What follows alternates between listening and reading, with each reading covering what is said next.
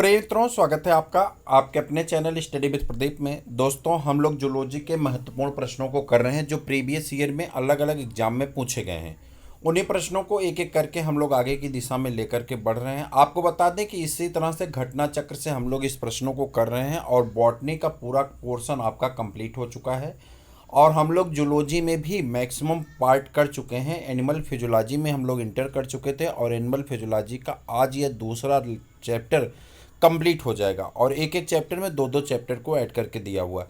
इसके बाद कल से हम लोग न्यूरल सिस्टम वाले चैप्टर को यहाँ पे डिस्कस करने वाले हैं। यानी अगर हम सिस्टम से बात करें तो लगभग जूलॉजी का भी 50% से ज़्यादा कोर्स आपका कंप्लीट हो चुका है। 60% तक नियर अबाउट कंप्लीट हो चुका है। 40% कोर्स बचा है। हमारा टारगेट है कि हम इसे 30 अप्रैल तक कंप्लीट कर देंगे। दो दो तीन तीन वीडियो करके कंप्लीट कर देंगे।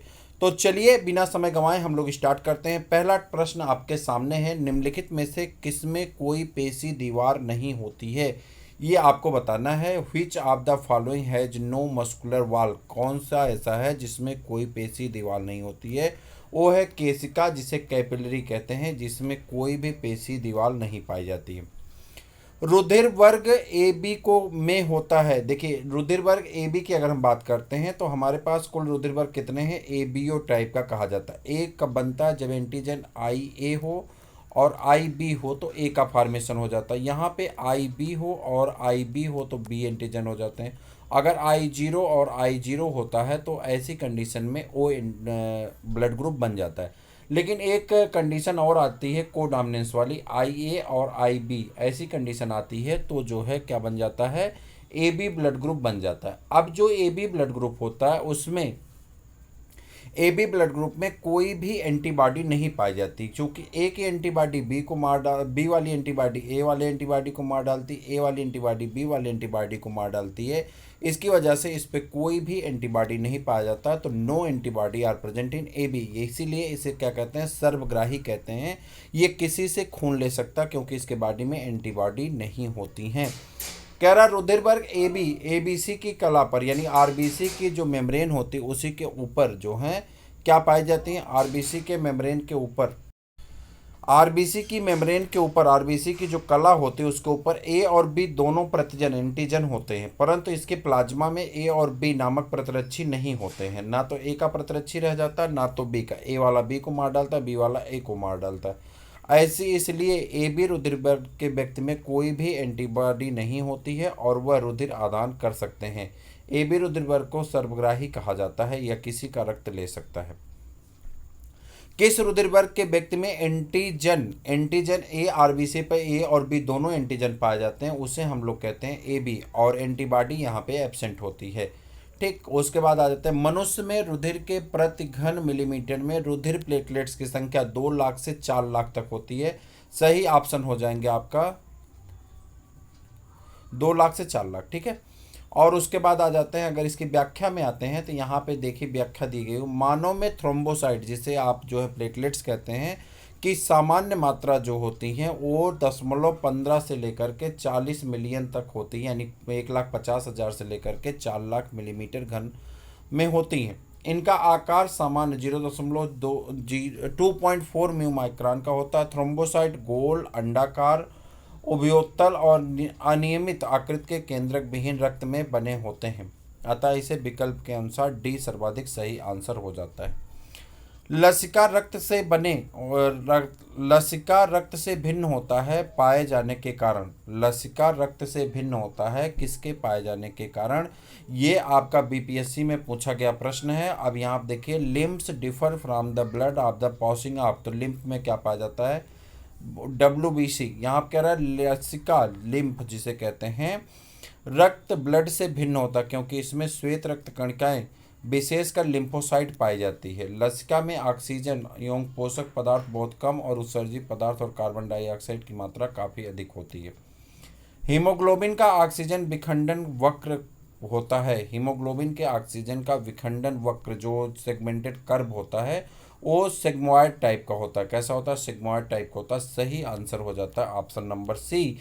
एनसीईआरटी का क्वेश्चन है और ये प्रीवियस ईयर 2005 के टीचटी में पूछा गया क्वेश्चन है। हीमोग्लोबिन का ऑक्सीजन विखंडन वक्र सिग्मॉइड होता है। यदि वक्र बाईं तरफ शिफ्ट हो तो एचबी हीमोग्लोबिन ऑक्सीजन से बंधनकारी क्षमता बढ़ रही होती है। यदि HbO2 का निर्माण होता है, लेकिन जब वक्र दाईं तरफ शिफ्ट होता है तो HB ऑक्सीजन को वियोजित कर रहा होता है। गर्भ रक्ताणु कोरकता यानी एरिथ्रोब्लास्टोफिटेलिस का कारण निम्नलिखित में से क्या होता है? कौन सा जोड़ा ऐसा है जो एरिथ्रोब्लास्टोफिटेलिस के लिए जिम्मेदार होता है? आपको बताना है।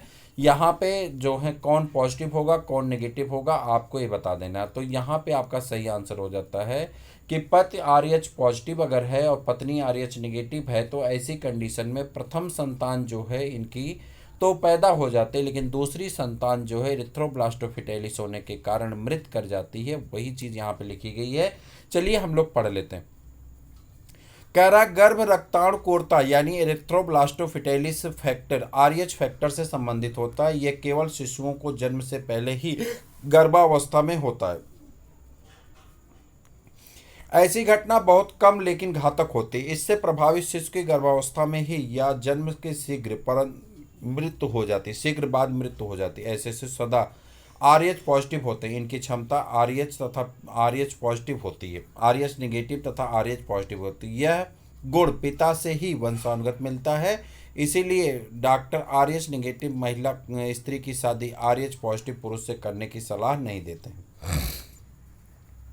जैविक दृष्टिकोण से किस विवाह का निषेध होना चाहिए? जैविक दृष्टिकोण से RH पॉजिटिव लड़का हो और RH नेगेटिव लड़की हो तो उसका विवाह नहीं करना चाहिए।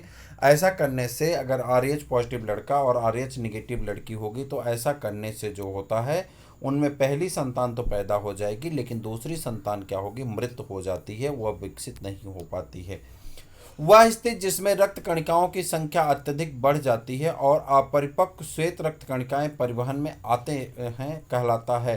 तो वो ऐसी कंडीशन को ल्यूकीमिया कहते हैं। कह रहा जब कभी in condition in which of the number of the white blood corpuscles are increased very much and immature white blood corpuscles are released in the circulation is called leukaemia. Leukaemia वह अवस्था होती है जिसमें श्वेत रुधिर कणिकाओं की संख्या अत्यधिक बढ़ जाती है, जिससे रुधिर कैंसर भी कहते हैं। लाइकोपोरोसिस वह अवस्था होती है जिसमें श्वेत रुधिर कणिकाओं की संख्या जीवाणु संक्रमण के कारण सामान्य से थोड़ी बढ़ जाती है। ल्यूकोपेनिया श्वेत रुधिर कणिकाओं के मर जाने पर बनते हैं।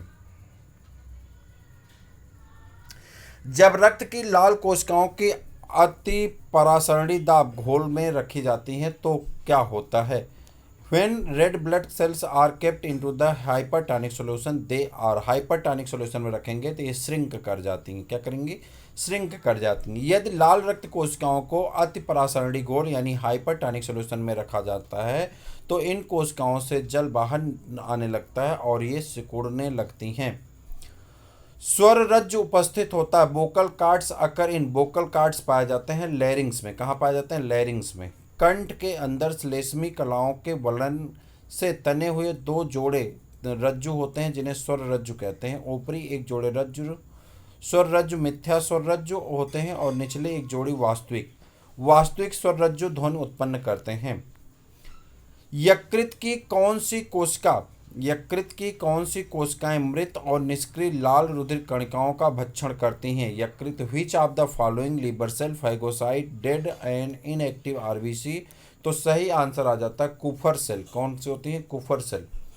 यकृत की कुफर कोशिकाएं या तारांकित मृत यौन निष्क्रिय लाल रुधिराणुओं का भक्षण करके इन्हें हीमोग्लोबिन में का विखंडन करते हैं, इसलिए कुफर कोशिकाओं को फैगोसाइट कोशिका कहते हैं। बोलने की अवधि में निम्नलिखित में से कौन सा वाक तंतुओं के कंपन के लिए उत्तरदायी होता है? Which of the following is the responsible for the vibration of a vocal cord during the speech? तो सही आंसर होता है एक्सपायर्ड एयर। हमारी ग्रीवा के ऊपरी भाग में आगे की ओर श्वास नली के ऊपरी छोर पर एक छोटा त्रिकोणाकार सा वैक्सेनुमा कंठ या स्वरतंत्र होता है जिसे कंठ द्वार यानी एपिग्लॉटिस से ग्रसनी में खुलता और ग्रसनी को श्वासनाल से जोड़ता है। वायुमार्ग का एक भाग होने तथा ग्रसनी एवं वायुनाल के बीच हवा के आवागमन में एक संकोचक की भांति काम करने के अलावा यह ध्वनि उत्पन्न का भी कार्य करता है। यह आगे की ओर काफ़ी उभरा होता है जिसे एडम्स का एप्पल कहते हैं। स्वरतंत्र की गुहा को कंठकूप लैरिंग्स चैम्बर कहते हैं। इस पर श्लेष्मा का आवरण चढ़ा होता है। इसके लचीले वाक तथा स्वर रज्जुओं की दो जोड़ियां होती हैं। फेफड़े से बाहर निकलते समय जब हवा स्वर रज्जुओं के बीच से निकलती है तो इनमें कंपन होता है, इसी से ध्वनि उत्पन्न होती है। इम्यूनोग्लोबुलिन का उत्पादन करते हैं। Immunoglobulins are produced by natural killer cell, और उसके बाद मेमोरी सेल और साइटोटॉक्सिन सेल, प्लाज्मा सेल। तो सही आंसर होता है प्लाज्मा कोशिकाएं। क्या होती हैं? प्लाज्मा कोशिकाएं। प्रश्नगत विकल्पों में प्लाज्मा कोशिकाएं इम्यूनोग्लोबुलिन्स का उत्पादन करते हैं। लिम्फोसाइट जो प्लाज्मा झिल्लियों में छिद्र बनाते हैं यह हैं बी लिम्फोसाइट, संहारक टी लिम्फोसाइट, निरोधक टी लिम्फोसाइट और सहायक T lymphocyte. Lymphocyte that cause the formation of hole in the plasma membrane are B lymphocyte, killer T lymphocyte and जो है suppressive T lymphocyte and helper T lymphocyte. सही answer होगा killer T lymphocyte. Lymphocyte कोशिकाएं मुख्य रूप से 3 प्रकार की होती हैं। सहायक टी लिम्फोसाइट, उत्प्रेरक टी कोशिकाएं, साइटोटॉक्सिन टी कोशिकाएं, संहारक टी कोशिकाएं, निरोधक टी कोशिकाएं यानी नियामक टी कोशिकाएं। साइटोटॉक्सिन या निहारक टी कोशिकाएं पोरफायरिन प्रोटीन स्रावित करती हैं, जो प्रोटीन शरीर में उपस्थित सूक्ष्मजीवों की कोशिका कला में छिद्र कर देते हैं और उन्हें मारते हैं। निम्नलिखित में से कौन सा कथन सत्य है? सभी इम्यूनोजन एंटीजन होते हैं लेकिन सभी एंटीजन इम्यूनोजन नहीं होते हैं। सभी इम्यूनोजन एंटीजन है और सभी एंटीजन इम्यूनोजन है। सभी इम्यूनोजन एंटीजन नहीं होते हैं लेकिन सभी एंटीजन इम्यूनोजन होते हैं। उपर्युक्त में से एक से अधिक, उपर्युक्त में से कोई नहीं। कह रहा which of the statement is true? All immunogens are the antigens but all antigens are not immunogen. All immunogen are antigen but all antigens are not immunogen. पहला आंसर सही, all immunogens are antigen but all antigens are not immunogen. व्याख्या देखते हैं। Immunogen ऐसा पदार्थ होता है जो मेजबान जीव के संपर्क में आने पर बी सेल ह्यूमर एंटीबॉडी और टी सेल यानी सेलुलर अनुकूली प्रतिरक्षा उत्पन्न करता है। इम्यूनोजन एंटीबॉडी उत्पन्न करते हैं, इन्हें एंटीजन एंटीबॉडी उत्पादक कहा जाता है। अतः सभी इम्यूनोजन एंटीजन होते हैं लेकिन कुछ एंटीजन बहुत कम आणविक भार के यौगिक होते हैं जिन्हें हेप्टेन जो एंटीबॉडी से बंधे हो सकते हैं लेकिन प्रतिरक्षा प्राप्त नहीं कर सकते हैं। अतः सभी इम्यूनोजन एंटीजन होते हैं लेकिन सभी एंटीजन इम्यूनोजन नहीं होते हैं। हिपैरिन जो कि परिसंचरण तंत्र में थक्का जमने से रोकती है उत्पन्न होती है। हिपैरिन जो कि परिसंचरण तंत्र में थक्का जमने से रोकती है उत्पन्न होती है लिम्फोसाइट द्वारा, न्यूट्रोफिल्स द्वारा, बेसोफिल द्वारा और इयोसिनोफिल द्वारा। तो कह रहा है कि heparin which prevent the formation of blood clots in the circulatory system is produced by. तो सही आंसर हो जाता है बेसोफिल के द्वारा। बेसोफिल कोशिकाएं रुधिर में सबसे कम मात्रा में पाई जाती हैं। इसके द्वारा हिस्टामिन, सेरोटोनिन, हिपैरिन का स्रावण होता है। हिपैरिन परिसंचरण तंत्र में रक्त का थक्का जमने से रोकती हैं। बेसोफिल कोशिका कणिकाणुओं की प्रकृति की होती हैं। रुधिर वाहिनियों में रुधिर का थक्का जमना रुका रहता है। रुधिर वाहिनियों में रुधिर का थक्का जमना रुका रहता है किसके कारण? तो सही आंसर होता है हिपैरिन के कारण। और उसके बाद है निम्नलिखित में से कौन सा द्वितीयक लसकाव अंग होता है? Which of the secondary lymphoid organ?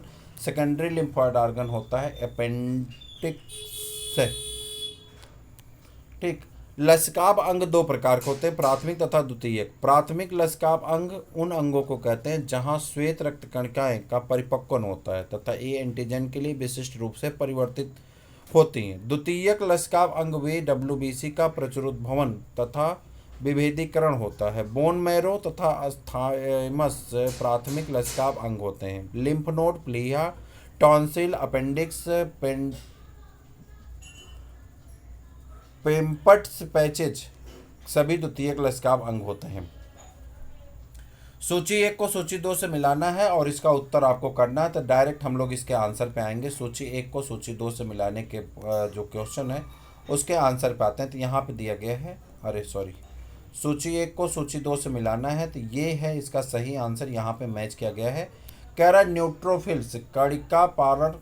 ठीक। उसके बाद है इयोसिनोफिल एलर्जी की संख्या में वृद्धि। और उसके बाद मोनोसाइट्स वृक्काकार केंद्रक और लिम्फोसाइट जो होते हैं प्रतिरक्षा का उत्पादन। इनमें से कौन प्लाज्मा में सर्वाधिक सांद्रता में होता है? सर्वाधिक सांद्रता में होता है एल्बुमिन, फाइब्रिनोजन, फाइब्रिन और ग्लोबुलिन। तो सही आंसर होता है एल्बुमिन। एल्बुमिन, ग्लोबुलिन तथा फाइब्रिनोजन प्लाज्मा में पाई जाने वाली प्रोटीन। इसमें एल्बुमिन सबसे अधिक होती है। यह प्लाज्मा में जल धारता क्षमता को बढ़ाती। कार्बोनिक एनहाइड्रेज एंजाइम पाया जाता है। Enzyme carbonic anhydrase is found into the erythrocyte. RBC में कार्बोनिक एनहाइड्रेज नामक एंजाइम उपस्थित होता है। यह एंजाइम जल तथा कार्बन डाइऑक्साइड के बीच की अपक्रिया को प्रेरित करता है। इससे कार्बोनिक अम्ल का निर्माण होता है। यह अपक्रिया रुधिर में कार्बन डाइऑक्साइड के परिवहन में से संबंधित होती है। रक्त का पीएच मान घटने पर HbO2 वियोजन वक्र का क्या होता है? दाहिनी ओर विस्थापित होती हैं, बाईं ओर विस्थापित होती हैं, कोई नहीं, तो ये जो है बाईं ओर विस्थापित हो जाती हैं। नहीं, माफ करिएगा, वियोजन वक्र जो होता है right side, shift of the right side. Haemoglobin oxygen दाईं ओर जाने पर का अर्थ होता है ऑक्सी हीमोग्लोबिन के विखंडन की दर बढ़ जाती है। यह निम्न स्थितियों में होता है, जैसे कि ऑक्सीजन का आंशिक दाब घट जाने पर, कार्बन डाइऑक्साइड का आंशिक दाब बढ़ जाने पर, पीएच का मान घट जाने पर तथा शरीर का तापमान बढ़ने पर। हीमोग्लोबिन का वियोजन वक्र होता है। हीमोग्लोबिन का वियोजन वक्र होता है सिग्मॉइड। कैसा होता है? सिग्मॉइड टाइप का होता है। ऑक्सीजन हीमोग्लोबिन अपघटन वक्र किसकी कमी से दाहिनी ओर स्थानांतरित होता है? किसकी कमी से? तो तापमान की कमी। किसकी कमी से दाहिनी ओर स्थानांतरित होता है? पीएच की कमी से। किसकी कमी से? पीएच की कमी से। और उसके बाद आ जाते हैं यहाँ पे, कह रहा है कि इसकी व्याख्या देखिए, कह रहा है ऑक्सीजन हीमोग्लोबिन अपघटन वक्र ऑक्सीजन तथा हीमोग्लोबिन की बंधुता तथा रुधिर में ऑक्सीजन के परिवहन को प्रदर्शित करता है। जब यह वक्र दाहिनी ओर स्थानांतरित होता है तो यह हीमोग्लोबिन से ऑक्सीजन के वियोजन को प्रदर्शित करता है। ऐसा कार्बन डाइऑक्साइड की अधिक सांद्रता, शरीर के तापमान में अधिकता तथा ऑक्सीजन की कम सांद्रता व पीएच की कमी के फलस्वरूप होता है। हालांकि पीएच की कमी का अर्थ होता है अम्लता की कमी से होता है। कार्डी टेंडिनी पाए जाते हैं। कार्डी टेंडिनी हृदय के निलय में पाए जाते हैं। कार्डी टेंडिनी हृदय के निलय में पाए जाते हैं। निलय में पेपिलरी पेशियां त्रिबलनी तथा द्विबलनी कपाट की दीवारों द्वारा कोलेजन की डोरियों से जुड़ी रहती हैं, जिन्हें कार्डी टेंडिनी कहते हैं। ये कपाटों के विपरीत दिशा में खुलने से रोकती हैं। कार्डी टेंडिनी पाए जाते हैं। कार्डी टेंडिनी हृदय के निलय में पाए जाते हैं। स्फैग्नोमैनोमीटर से नापते हैं। स्फैग्नोमैनोमीटर से ब्लड प्रेशर नापा जाता है। स्फैग्नोमैनोमीटर से रक्तदाब नापते हैं, जबकि स्फैग्मोमीटर से नब्ज दर नापी जाती है। एक समान विद्युत हृदय लेख बना होता है PQRST से संबंधित होता है। किससे संबंधित होता है? PQRST से संबंधित होता है। इलेक्ट्रोकार्डियोग्राम का उपयोग विद्युत हृदय लेखन या इलेक्ट्रोकार्डियोग्राफी प्राप्त करने के लिए किया जाता है। ईसीजी हृदय के हृदय चक्र में विद्युत क्रियाकलापों का आरेखीय प्रस्तुतिकरण है। ईसीजी के प्रत्येक चरमोत्कर्ष को P से T तक दर्शाया जाता है, जो हृदय की विशेष विद्युत क्रियाओं को प्रदर्शित करता है। P तरंग जो अलिंद के उद्दीपन द्विध्रुवण के रूप में प्रस्तुत किया जाता है, जिसके दोनों निलयों का संकुचन होता है। QRS जटिल निलय के आध्रुवण को प्रस्तुत करता है, जो निलय के संकुचन को शुरू करता है। संकुचन Q तरंग के तुरंत बाद शुरू होता है, जो प्रकुंचन के शुरुआत का द्योतक है। T तरंग निलय का उत्तेजना से सामान्य अवस्था में वापस आने की स्थिति को प्रदर्शित करता है। T तरंग का अंत प्रकुंचन अवस्था की समाप्ति का द्योतक होता है। रक्त प्रवाह को नियंत्रित करने वाला मुख्य कारक कौन है? The most important factors regulating glomerulus blood flow into the, तो वो कौन होता है? Muscles in the wall of the arterioles. वृक्क के ग्लोमेरुलस में प्रवेश करने वाली अपवाही धमनिका तथा बाहर निकलने वाली अभिवाही धमनिका की चिकनी पेशियां कोशिकाओं को जस्टा ग्लोमेरुलस कोशिका कहते हैं। निलय या कुंचन प्रेरित करता है। वेंट्रिकल सिस्टोल्स इज स्टिमुलेटेड बाय, तो किसको? AB नोड को। किसको? AB नोड को। हृदय के पेशियों के संचालन तंत्र होता है, जिसके घटक SA नोड तथा AB नोड पुरकिंजे तंत्र और हिंज के बंडल्स होते हैं।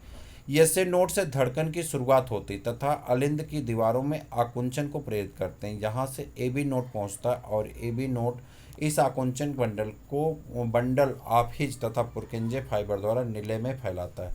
निम्नलिखित में से कौन सा युग्म सुमेलित नहीं है? अंडाशय, प्रोजेस्टेरॉन। अब इसका देखिए यहाँ पे दिया है कि हृदय की अलिंद भित्ति द्वारा पेप्टाइड हार्मोन का स्रावण होता है जिससे एट्रियल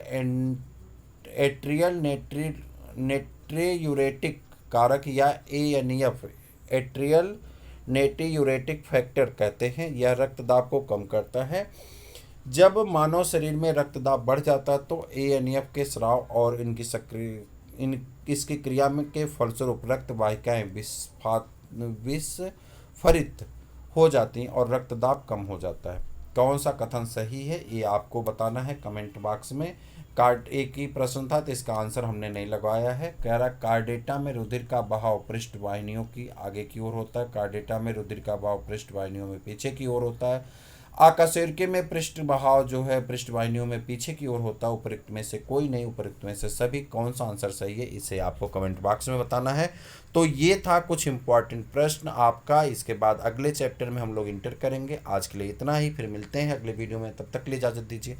जय हिंद।